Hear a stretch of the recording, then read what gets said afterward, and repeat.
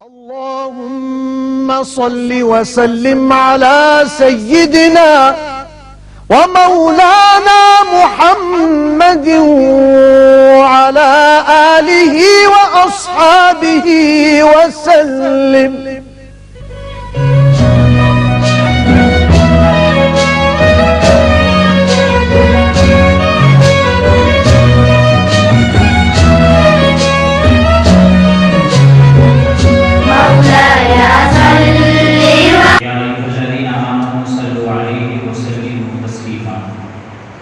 اللهم صل على سيدنا مولانا محمد وعلى آل سيدنا وأصحاب سيدنا مولانا محمد وبارك وسلم. الصلاة والسلام عليك يا سيدي يا رسول الله. الصلاة والسلام عليك يا سيدي يا حبيب الله. اللہ رب العزت کا شکر ہے جس کی توفیق و عنایت سے اس کے بعد گھر میں حاضری کی سعادت نصیب ہوئی. اللہ تبارک و تعالیٰ نے ہمیں انسان بنایا، یہ اس کی بہت بڑی نعمت ہے. اور پھر انسان بنا کر ہمیں ایمان کی دولت عطا فرمائی. ایمان اتنی بڑی نعمت ہے کہ اس کے ملنے پر اگر ہم ساری زندگی سجدہ شکر ادا کرتے رہیں تو اس نعمت کا شکر ادا نہیں کر سکتے. قرآن مجید فرقان حمید میں اللہ رب العزت نے تلاوت کردہ آیت میں ایک عجیب اور لطیف مضمون بیان فرمایا. فرمایا یا ایھا الذین آمنوا، اے ایمان والو، اے وہ لوگ کہ جو ایمان لائے، آمنوا باللہ و رسولہ، اللہ اور اس کے رسول پر ایمان لاؤ. بڑی حیرت انگیز بات ہے کہ اللہ تبارک و تعالیٰ خطاب ایمان والوں سے کر رہا ہے اور حکم بھی ایمان لانے کا دے رہا ہے. اگر یہ آیت یوں ہوتی یا ایھا الذین کفروا، اے کافرو اللہ اور اس کے رسول پر ایمان لاؤ، اے وہ لوگ جو فاسق و فاجر ہو وہ اللہ اور اس کے رسول پر ایمان لاؤ، یا ایھا الذین آمنوا اشرکوا، اے وہ لوگ کہ جو مشرک ہیں وہ اللہ اور اس کے رسول پر ایمان لائیں. تو تب بات سمجھ آتی کہ اللہ تبارک و تعالیٰ مشرکوں کو، منافقوں کو، فاسقوں فاجروں کو ایمان لانے کا حکم دے رہا. لیکن یہاں پر اللہ رب العزت نے خطاب اہل ایمان سے کیا اور فرمایا اے ایمان والو تم اللہ اور اس کے رسول پر ایمان لاؤ.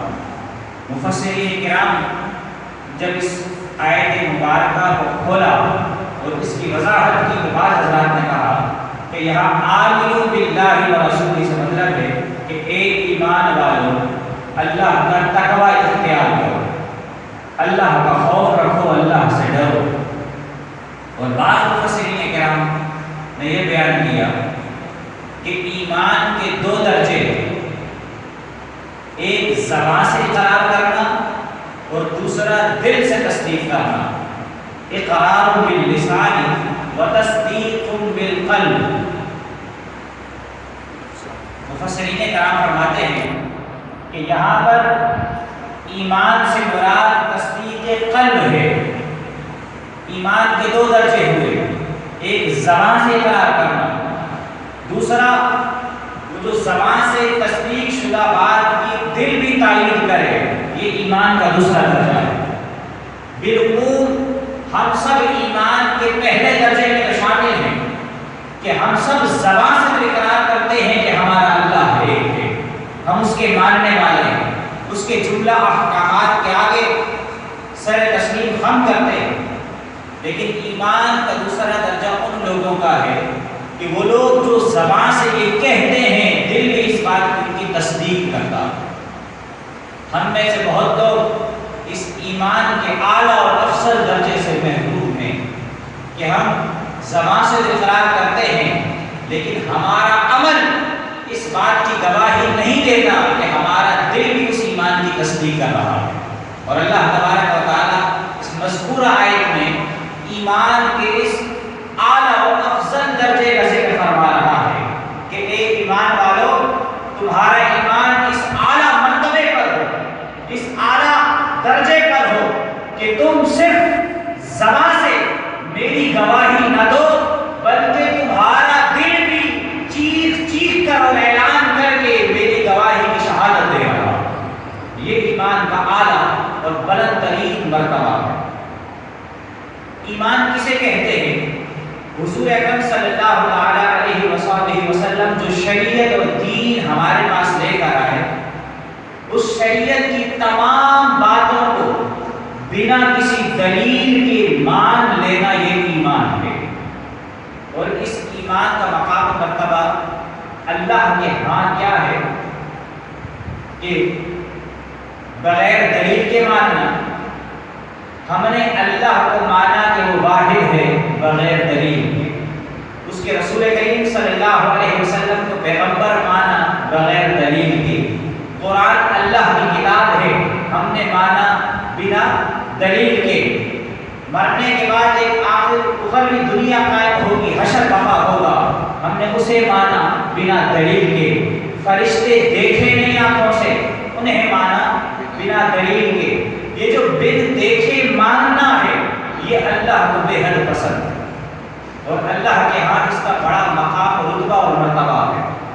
حضرت سیدنا یوسف علیہ السلام کے زمانے میں قحط ہوا تو لوگوں کو گندم کی جب ضرورت ہوتی تو وہ جو ان کے پاس رقم ہوتی وہ لے کر وہاں پر آتے، ایک لائن انتظار میں لگ جاتے، جب ان کا نمبر آتا وہ رقم دے کر اس رقم کے حساب سے جو گندم ہوتی وہ حاصل کر لیتے۔ اسی طرح یہ معاملہ چل رہا تھا۔ ایک نوجوان آیا، اس قطار میں لگا، اس نے رقم دی، کارندوں نے حضرت سیدنا یوسف علیہ السلام کے جو لوگ تھے انہوں نے اس کو اس رقم کے حساب سے گندم دی۔ اس نے جب گندم لی تو اس نے کہا کہ مجھے اور بھی گندم چاہیے۔ تو دستور یہ تھا اس وقت کا کہ جس کے پاس گندم خریدنے کے لیے پیسے نہ ہوتے، رقم نہ ہوتی، یا پیسوں سے زائد اگر کوئی گندم کی جسے ضرورت ہوتی تو اسے وہ کارکن لوگ کہتے کہ آپ چلے جائیں حضرت سیدنا یوسف علیہ السلام کے پاس، اپنی محتاجی کا ذکر کریں، اپنی ضرورت کا ذکر کریں، تو آپ نظر کرم فرمائیں گے اور بلا رقم کے آپ کی ضرورت کے مطابق جو گندم ہے وہ مل جائے۔ جب اس شخص نے، اس نوجوان نے رقم لی اور پھر اسے گندم ملی، اس نے مزید کا مطالبہ کیا تو ان لوگوں نے کہا کہ آپ حضرت سیدنا یوسف علیہ السلام کے پاس چلے جائیں۔ وہ شخص حضرت یوسف علیہ السلام کی خدمت پہ حاضر ہوا، حضرت یوسف علیہ السلام نے اسے مزید گندم دی، تو مزید گندم لینے کے بعد وہ کہتا ہے کہ حضرت مجھے اس سے بھی زیادہ گندم کی ضرورت ہے۔ آپ نے لوگوں کو حکم دیا، اسے اس سے بھی زیادہ گندم دی گئی۔ اس نے کہا حضرت مجھے اس سے بھی زیادہ گندم کی ضرورت، آپ نے مزید گندم دینے کا حکم دیا۔ جب وہ بھی مل گئی تو وہ نوجوان پھر کہنے لگا کہ حضرت مجھے اس سے بھی زیادہ گندم کی حاجت اور ضرورت ہے۔ تو حضرت سیدنا یوسف علیہ السلام نے ارشاد فرمایا، اے نوجوان میں تجھے پہلے ہی کئی مرتبہ تیری جتنی ضرورت تھی اس سے زائد میں تجھے گندم دیتا آیا، تجھے کتنی گندم کی ضرورت ہے میں تجھے کئی بار زائد گندم دے چکا ہوں، تو کیا چاہتا ہے؟ تو وہ نوجوان مسکرایا اور کہنے لگا کہ حضرت اگر میں آپ کو یہ بات بتا دوں کہ میں کون ہوں تو آپ مجھے میری چاہت سے بھی زیادہ گندم عطا فرمائیں۔ حضرت یوسف علیہ السلام حیران ہوئے اور کہنے لگے، اے نوجوان تو ہے کون؟ وہ کہنے لگا کہ سیدنا یوسف علیہ السلام یہ اللہ کے پیغمبر اور رسول سنیے، جب آپ نوجوانی کا زمانہ تھا آپ کا اور آپ پر جب تہمت لگائی گئی تھی، زلیخا نے بدچلنے کی تہمت لگائی تھی، سارا زمانہ آپ کی مخالفت کر رہا تھا، تو آپ کو یاد ہوگا کہ ایک چھوٹا بچہ تھا کہ جس نے آپ کی پاک دامنی کی گواہی دی تھی۔ حضرت سیدنا یوسف علیہ السلام نے ارشاد فرمایا کہ ہاں مجھے یاد ہے، ایک چھوٹے بچے نے میری پاک دامنی اور عفت کی گواہی دی۔ وہ نوجوان کہتا ہے کہ وہ چھوٹا بچہ میں ہی تھا، اب جوان ہو گیا، جس نے آپ کی عفت اور پاک دامنی کی گواہی دی۔ حضرت سیدنا یوسف علیہ السلام نے جب یہ بات سنی کھڑے ہو گئے، اس نوجوان کو گلے سے لگایا، خوشی آپ کے چہرے سے ٹپک رہی تھی، بہت مسکرائے اور اس کا بہت عزت دی، بہت محبت سے اس کے ساتھ پیش آئے اور حکم دیا کہ اس کو جتنی گندم چاہیے اتنی بھی دو اور میری طرف سے بھی اس کو اتنی گندم دی جائے۔ اپنی حیثیت سے اس کو گندم دی اور لوگوں کو حکم دیا کہ یہ گندم اور یہ سارا مال اس کے گھر تک پہنچایا جائے۔ تو وہ نوجوان خوش و خرم اپنے گھر لوٹ گیا۔ ادھر سیدنا یوسف علیہ السلام پر اللہ تبارک و تعالی نے وحی فرمائی، اے یوسف یہ جو نوجوان ابھی تیرے پاس سے گیا ہے، تو اس سے بڑی محبت کا اظہار کر رہا تھا، بڑی شفقت کا اظہار کر رہا تھا، بڑے پیار و محبت سے پیش آ رہا تھا۔ عرض کی باری تعالی یہ وہ نوجوان ہے کہ جب سارا زمانہ مجھ پر تہمتیں لگا رہا تھا، بدچلنی کے قصے عام تھے، تو یہ وہ بچہ تھا کہ جس نے میری اس وقت پاک دامنی کی گواہی دی تھی، میری عفت کی گواہی دی تھی۔ تو میں اس کی اس بات سے اتنا خوش تھا کہ اس نے مانگا تو اپنی حیثیت سے، لیکن میرا دل چاہا کہ میں اسے اپنے مقام کے مطابق عطا کروں، اور میں نے اسے عطا کیا، اپنے مقام کے مطابق عطا کیا۔ اللہ رب العزت نے ارشاد فرمایا، اے یوسف تو گواہ ہو جائے اس بات پر کہ یہ نوجوان کہ جس نے بچپن میں تیری پاک دامنی کی گواہی دی، تو نے خوش ہو کر اپنی شان کے مطابق، اپنے مقام کے مطابق اسے عطا کیا، تو قیامت کے دن میرے وہ بندے جو دنیا میں میری توحید کی گواہی دیتے رہے ہوں گے، میری وحدانیت کی گواہی دیتے رہے ہوں گے، جب حشر کا دن ہوگا تو میں انہیں ایسے عطا کروں گا کہ جو میری شان کے مطابق ہو، میں انہیں حشر کے دن اپنی شان کے مطابق عطا کروں گا۔ ایک روایت میں آتا ہے حدیث مبارکہ، حشر کا دن ہوگا، ایک شخص اللہ کے حضور اپنے گناہوں کے 99 دفتر لے کر حاضر ہوگا، اور ہر دفتر گناہ کا ایک بلند و بالا پہاڑ کے برابر ہوگا، بہت بڑے بڑے گناہ ہوں گے، اور جب ترازو میں اس کے نامہ اعمال کو تولا جا رہا ہوگا، 99 دفتر گناہوں کے ایک پلڑے میں اور دوسری جانب اس کے تھوڑے سے اعمال رکھے گئے ہوں گے۔ گناہوں کے دفتر کا پلڑا بھاری ہو جائے گا، نیچے ہو جائے گا کہ اچانک ایک فرشتہ ایک کاغذ کی پرچی لے کر، کاغذ کا ٹکڑا لے کر آئے گا، اور اس کے نیک اعمال کے پلڑے میں وہ کاغذ کا ٹکڑا رکھے گا۔ ابھی وہ کاغذ کی پرچی رکھی جائے گی کہ نیکیوں کا پلڑا بھاری ہو جائے گا اور گناہوں کا پہاڑ جیسا دفتر وہ ہلکا ہو جائے گا۔ وہ شخص حیران ہو کر عرض کرے گا، باری تعالیٰ میرے نامہ اعمال میں تو ایسی کوئی نیکی نہ تھی کہ جو ان گناہوں پر بھی بھاری ہو جائے۔ عرض کرے گا، باری تعالیٰ اس ٹکڑے میں ہے کیا، اس کاغذ کے ٹکڑے میں ایسے کیا جادو ہے، ایسی کیا بات ہے کہ میری نیکیاں بھاری ہو گئیں۔ اللہ رب العزت ارشاد فرمائے گا، اس ٹکڑے کو اٹھا کر پڑھ۔ وہ ٹکڑا اٹھائے گا، کاغذ کا پرچہ اٹھا کر پڑھے گا، اس پر لکھا ہوگا لا الہ الا اللہ محمد رسول اللہ۔ اللہ پاک ارشاد فرمائے گا، اے میرے بندے اس کلمے میں لا الہ الا اللہ محمد رسول اللہ اتنی طاقت ہے کہ یہ گناہوں کے 99 دفتر تو کیا، اگر اس کے دوسرے پلڑے پر زمین و آسمان کو بھی رکھ دیا جائے تو یہ کلمہ ان سب پر بھی بھاری رہتا، یہ کلمہ ان سب پر بھی بھاری رہتا۔ تو ایمان کی یہ طاقت ہے، اللہ کو ماننا اور اللہ کو مان کر اس کی ماننا مومن کی یہ شان ہے، ایمان کی یہ شان ہے۔ لیکن اللہ تبارک و تعالی یہ عظمتیں اور یہ رفعتیں ایسے ہی نہیں عطا فرماتا۔ قرآن مجید فرقان حمید میں اللہ رب العزت نے ارشاد فرمایا، احسب الناس ان یترکوا ان یقولوا آمنا، کیا وہ لوگ یہ گمان کرتے ہیں کہ جنہوں نے یہ کہہ دیا کہ ہم ایمان لے آئے، کیا وہ یہ گمان کرتے ہیں کہ وَهُمْ لَا يُفْتَنُونَ، ہم ان کو یہ کہہ دینے کے بعد ایسے ہی چھوڑ دیں گے؟ نہیں۔ وَلَقَدْ فَتَنَّا الَّذِينَ مِن قَبْلِهِمْ، ان سے پہلے بھی جو لوگ یہ کہہ چکے کہ ہم اللہ پر ایمان لے آئے، تو وَلَقَدْ فَتَنَّا الَّذِينَ مِن قَبْلِهِمْ، ہم نے انہیں ایسے ہی چھوڑا بلکہ آزمائشوں میں مبتلا کیا، ان کو پرکھا ہے کہ آئے کہ اپنے اس کہنے میں کتنے سچے ہیں۔ فَلَيَعْلَمَنَّ اللَّهُ الَّذِينَ صَدَقُوا وَلَيَعْلَمَنَّ الْكَاذِبِينَ۔ اللہ تبارک و تعالیٰ تاکید ثقیلہ کا صیغہ لا فرمایا، ہم ضرور اس بات کو جان عمل قول کو کہنے میں کون سچا ہے اور کون جھوٹا ہے۔ مقصد کیا؟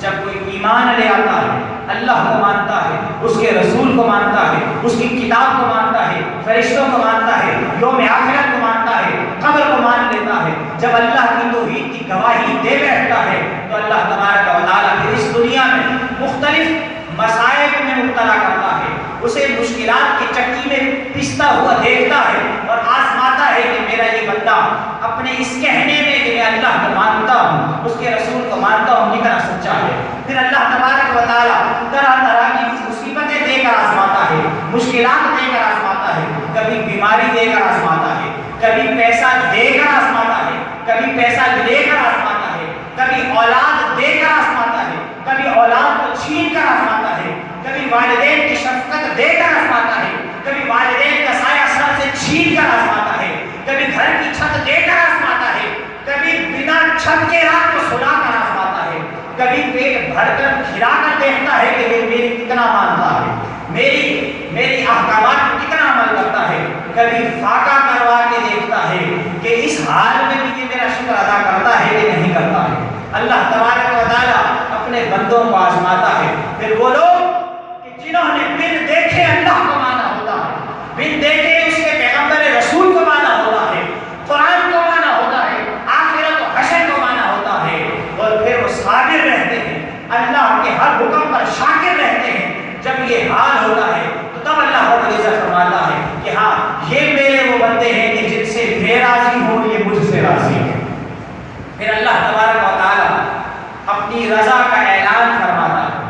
لیکن آج ہمارا حال یہ ہے کہ ہم اللہ کو مانتے ہیں لیکن اللہ کو مان کر اس کی نہیں مانتے، اس کی نہیں مانتے۔ ہم نے بنا دلیل کے اس کو مان تو لیا ہے لیکن ہم اس کی پوری نہیں مانتے۔ حکم الہی ہے، اللہ کا حکم ہے کہ میرے بندو سود سے بچو۔ کیوں؟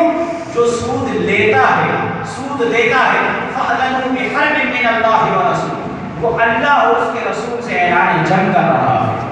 لیکن آج ہمارا حال یہ ہے کہ سود لینے والا بھی مسلمان ہے، سود دینے والا بھی مسلمان ہے۔ تو گویا بیوی گھر میں کہتی ہے کہ رزق میں برکت نہیں، کھانا پورا نہیں ہوتا، مال پورا نہیں ہوتا۔ کیسے پورا ہو جب شوہر اللہ اور اس کے رسول سے اعلان جنگ کر رہا ہے؟ تو رزق میں برکت کہاں سے آئے؟ کہاں سے آئے؟ نہیں، یہ ماننا نہیں ہے۔ اللہ کو ماننا یہ ہے کہ اللہ کو مان کر اس کے ہر حکم کو ماننا ہے، اس کے رسول کے ہر حکم کو ماننا ہے۔ آقا علیہ السلام نے ارشاد فرمایا، دین شریعت نے حکم دیا کہ سچ بولو، جھوٹ بولنا حرام ہے۔ لیکن آج ہم دیکھیں کہ جو جھوٹ بولتا ہے وہ اپنے آپ کو اسمارٹ سمجھتا، اور اسمارٹ سمجھتا میں نے تو فلاں کے ساتھ فراڈ کر دیا، دھوکہ دے دیا، لوگوں کو بتلاتا ہے۔ حلال اور حرام میں امتیاز ہم نے ختم کر دیا۔ نہیں، اللہ پاک نے فرمایا یہ نہیں، ایسا نہیں کرنا۔ جب مجھے ماننا ہے، مجھے ماننے کا مطلب یہ ہے کہ کبھی جھوٹ زبان سے ادا نہیں کرنا، کبھی حرام کو نہیں اپنانا۔ کیوں کہ تو ہم جھوٹ اس لیے بولتے ہیں کہ نفع ہو جائے، یہی ہوتا ہے نا وجہ، ہمیں فلاں کام میں نفع ہو جائے گا، نقصان سے بچ جائیں گے۔ دین نے ایک دستور بتا دیا کہ لوگوں تم نفع اور نقصان کے بندے نہیں بلکہ اللہ کے بندے ہو۔ نفع اور نقصان کے بندے نہیں بلکہ اللہ کے بندے ہو۔ جب انسان کا یہ تصور دل میں قائم ہو جاتا ہے کہ وہ اللہ کا بندہ ہے تو پھر وہ نفع اور نقصان کی پرواہ نہیں کرتا، وہ اس شے کو دیکھتا ہے کہ چاہے نفع ہو چاہے خسارہ ہو، یہ دیکھتا ہے کہ میرا رب کس کام سے راضی ہو رہا ہے۔ پھر اس شے پر نظر ہوتی ہے، اس عمل پر نظر ہوتی ہے۔ اور آپ اٹھا کر دیکھیں سیدنا یوسف علیہ السلام، انسان دو طرح کا عمل کرتا ہے، ایک نظر کا عمل کرتا ہے، ایک خبر کا عمل کرتا ہے۔ آسان کر دیتا ہوں، ایک کام وہ کرتا ہے جو اسے عقل کہتی ہے، اور دوسرا کام وہ کرتا ہے جو اس کا دل، دین، شریعت، اللہ اور اس کا رسول کہتا ہے۔ سیدنا موسیٰ علیہ السلام، فرعون نے تمام جادوگروں کو اکٹھا کیا اور حکم دیا کہ یوسف حضرت موسیٰ علیہ السلام کا مقابلہ کیا جائے۔ انہوں نے اپنی اپنی لاٹھیاں، اپنی رسیاں زمین پر ڈالی، وہ بڑے بڑے سانپ بن گئے۔ 70,000 جادوگر تھے۔ وہ سانپ آہستہ آہستہ حضرت موسیٰ علیہ السلام کی طرف آنے لگے۔ حضرت موسیٰ علیہ السلام کے پاس مقابلے کے لیے صرف ہاتھ میں ایک لکڑی تھی، ایک عصا مبارک تھا ہاتھ میں۔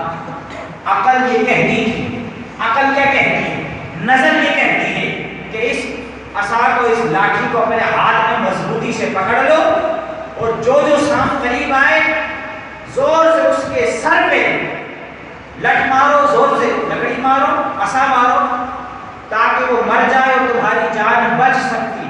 عقل یہ کہتی ہے، لیکن خبر یہ کہتی ہے، حکم الہی آیا، موسیٰ تیرے ہاتھ میں واحد جو شے مقابلے کے لیے عصا ہے، اس کو تو لٹ اٹھا کر مارنے کی تیاری نہ کر، بلکہ حکم ہے ہمارا کہ اس کو زمین پر ڈال۔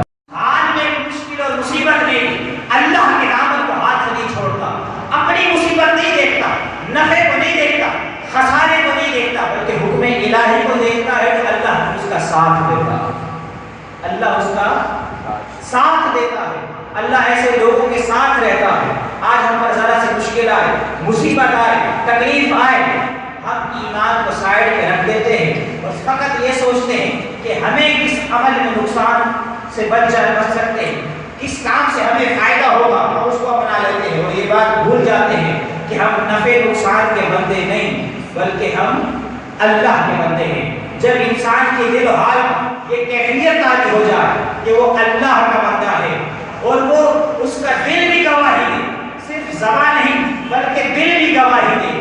آج ہم زبان سے تو اللہ کے ایک ہونے کی گواہی دیتے ہیں، دین کی گواہی دیتے ہیں، لیکن ہمارا دل ابھی تک اس کی تصدیق نہیں کر رہا۔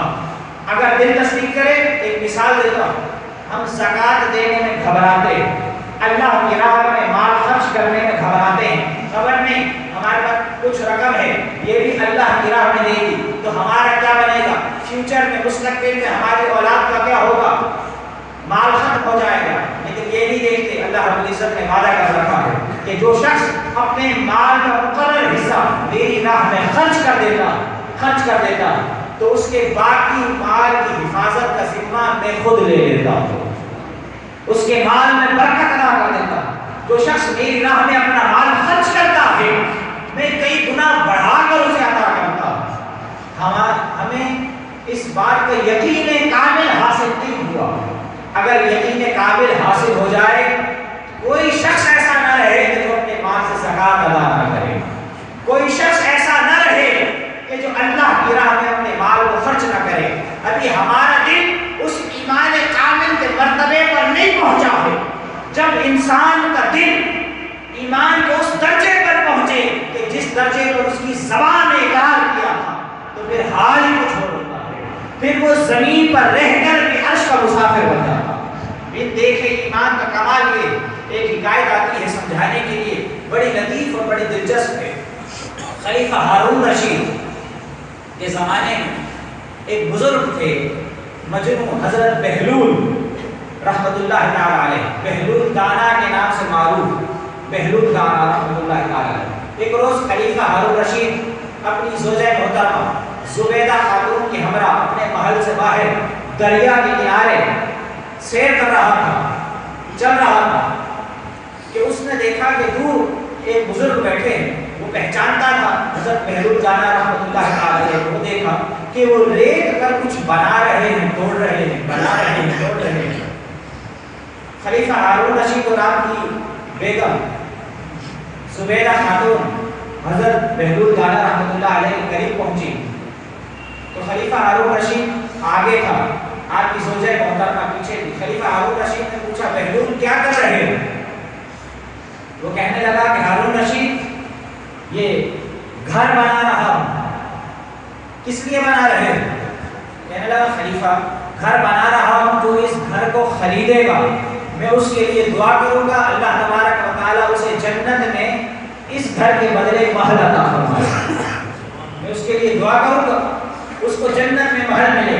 خلیفہ ہارون رشید نے پوچھا کہ بہلول اس گھر کی قیمت کیا ہے؟ اس نے کہا 1 دینار، 1 دینار قیمت۔ خلیفہ ہارون رشید مسکرایا اور آگے چل دیا۔ ایک مجنون کی بات سمجھ کر اس نے کوئی زیادہ دھیان نہیں دیا اور آگے چلا گیا۔ پیچھے اس کی بیگم زبیدہ خاتون چلتی ہوئی آئی، پوچھا کہ بہلول کیا کر رہے ہیں؟ جنت میں گھر بنا رہا، اس لیے جو اس گھر کو خریدے گا میں اس کے لیے اللہ سے دعا کروں گا، اللہ رب العزت اسے جنت میں گھر اور محل عطا فرمائے گا۔ زبیدہ خاتون نے پوچھا گھر کی قیمت کیا ہے؟ بہلول دانا نے فرمایا کہ 1 دینار۔ زبیدہ خاتون نے 1 دینار دیا۔ بہلول دانا رحمۃ اللہ علیہ نے اس گھر کو توڑا، ہاتھ اٹھائے اور زبیدہ خاتون کے لیے جنت میں گھر کی اللہ سے دعا کی۔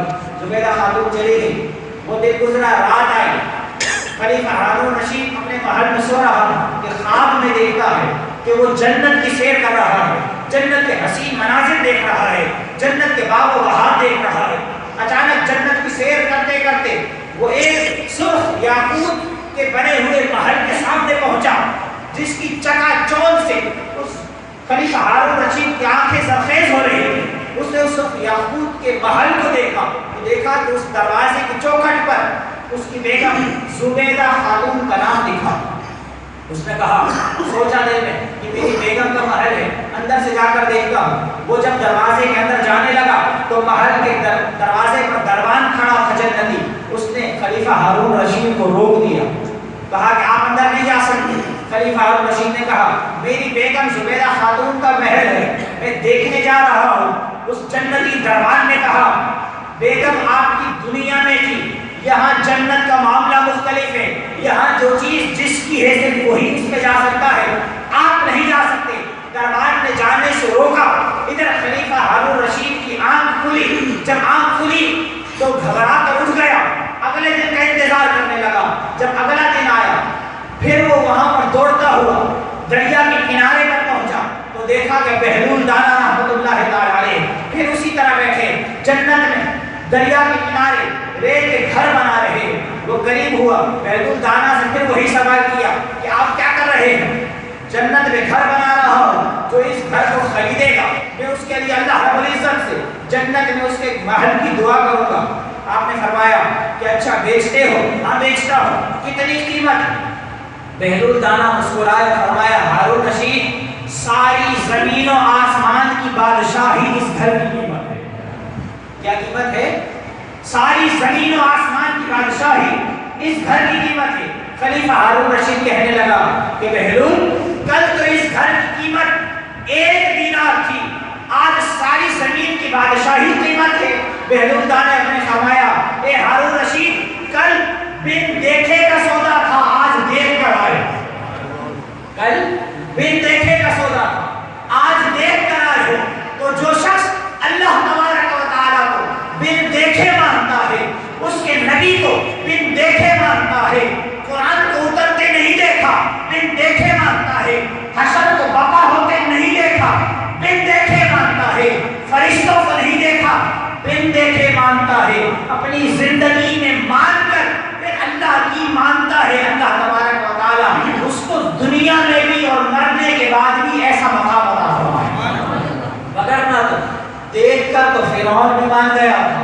جب فرعون سمندر میں دریائے نیل میں غرق ہونے لگا اس نے کیا کہا تھا؟ قرآن ہے، آمنت برب موسیٰ و ہارون، میں موسیٰ اور ہارون کے رب پر ایمان لایا۔ اللہ رب العزت نے ارشاد فرمایا، اے فرعون اب نہیں، اب کوئی فائدہ نہیں تیرے ایمان لانے کا، اب تو ساری زمین و آسمان میں پیش کر دے، اب تو دیکھ چکا ہے میری قدرت کو، میرے کمال کو دیکھ چکا ہے، میری شان کو دیکھ چکا ہے، اب دیکھ کر ایمان لانے کا کوئی فائدہ نہیں، تو جہنم میں ہی جائے گا۔ اللہ رب العزت نے ہمیں جو ایمان کی دولت عطا فرمائی یہ بہت بڑی نعمت ہے۔ کافر بھی جب مر رہا ہوتا ہے تو مرتے وقت وہ بھی ایمان لے آتا ہے، لیکن اس وقت ایمان لانے کا فائدہ نہیں۔ اللہ رب العزت نے ہمیں یہ موقع عطا کیا ہے کہ تمہیں زندگی میں ایمان کی دولت دی ہے، اب تم اس طرح مجھے مانو کہ جس طرح میں نے ماننے کا حکم دیا، اس طرح مانو کہ جس طرح ماننے کا حکم دیا ہے۔ اگر اس زندگی میں ہم اللہ کے وعدوں پر یقین رکھیں، اللہ کے وعدوں پر یقین رکھیں، تو خدا کی عزت و وقار کی قسم اللہ تبارک و تعالیٰ اس دنیا میں بھی کامیابی عطا فرماتا ہے اور مرنے کے بعد بھی کامیابی کی ضمانت دیتا ہے۔ کامیابی، لیکن ہمارے ساتھ معاملہ یہ ہے کہ ہمیں اللہ کے وعدوں پر یقین نہیں رہا۔ ہماری زبان تو ایمان کا اقرار کرتی ہے لیکن دل اس مقام و رتبے پر ابھی نہیں پہنچا کہ دل بھی تصدیق کر رہا ہو۔ کوشش یہ کرنی چاہیے کہ ہم اللہ تبارک و تعالیٰ پر ایمان لائیں، اس کے نبی پر ایمان لائے. جیسے ہماری زبان اقرار کرتی ہے ہمارا دل بھی اس کی تصدیق کر رہا ہو. اور جب دل تصدیق کرتا ہے تو انسان کا حال بدل جاتا ہے. پھر وہ نفع نقصان کا بندہ نہیں رہتا، وہ اللہ کا بندہ بن جاتا ہے. چاہے فائدہ ہو چاہے نقصان ہو، اس کی زبان کبھی جھوٹ نہیں بولتی. چاہے فائدہ ہو چاہے نقصان ہو، کبھی وہ کسی سے دھوکہ دہی نہیں کرتا. چاہے گھر میں فاقے ہی کیوں نہ ہو، وہ سود کا لین دین نہیں کرتا. چاہے کچھ بھی کیوں نہ ہو جائے، لیکن وہ اللہ اور دین کے راستے پر کبھی آنچ نہیں آنے دیتا. اپنے مفاد سے پہلے دین کے فائدے کو دیکھتا ہے، اللہ اور اس کے رسول کے فائدے کو دیکھتا ہے، شریعت مطہرہ کے فائدے کو دیکھتا ہے. جب انسان کا یہ حال ہو جائے تو پھر جان لیں کہ اب یہ اس مقام رتبے پر ہے کہ جب اس کی زبان کے ساتھ ساتھ اس بندے کا دل بھی تصدیق و تائید کر رہا ہے. اللہ تبارک و تعالی اپنے ایسے بندوں کی فلاح کی ضمانت، کامیابی کی ضمانت دنیا میں بھی دیتا ہے اور آخرت میں بھی دیتا ہے. ضرورت اس عمل کی ہے کہ اللہ رب العزت نے ہم سب کو ایمان جیسی اتنی عظیم نعمت عطا فرمائی ہے. اس عظیم نعمت کا ہم لحاظ اس طرح رکھیں کہ ہم اپنی زندگی کو بدلیں، اس طرح بدلیں کہ ہم آج سے دنیا کے بندے نہ بنیں، نفع کے بندے نہ بنیں، نقصان و خسارہ کے بندے نہ بنیں، دنیا کی محبت کے بندے نہ بنیں، بلکہ ہم اللہ کے بندے بن کر زندگی گزاریں، اللہ کی بندگی کو اختیار کریں. تو یقیناً جو لوگ اللہ کی بندگی کو اختیار کرتے ہیں، اللہ تبارک و تعالیٰ ان کے سروں پر اپنا سایہ رحمت و شفقت رکھتا ہے. اللہ رب العزت ہم سب کا حامی ناصر ہو. وآخر دعوانا الحمدللہ رب العالمین. اللهم صل وسلم على سيدنا ومولانا محمد وعلى آله وأصحابه وسلم.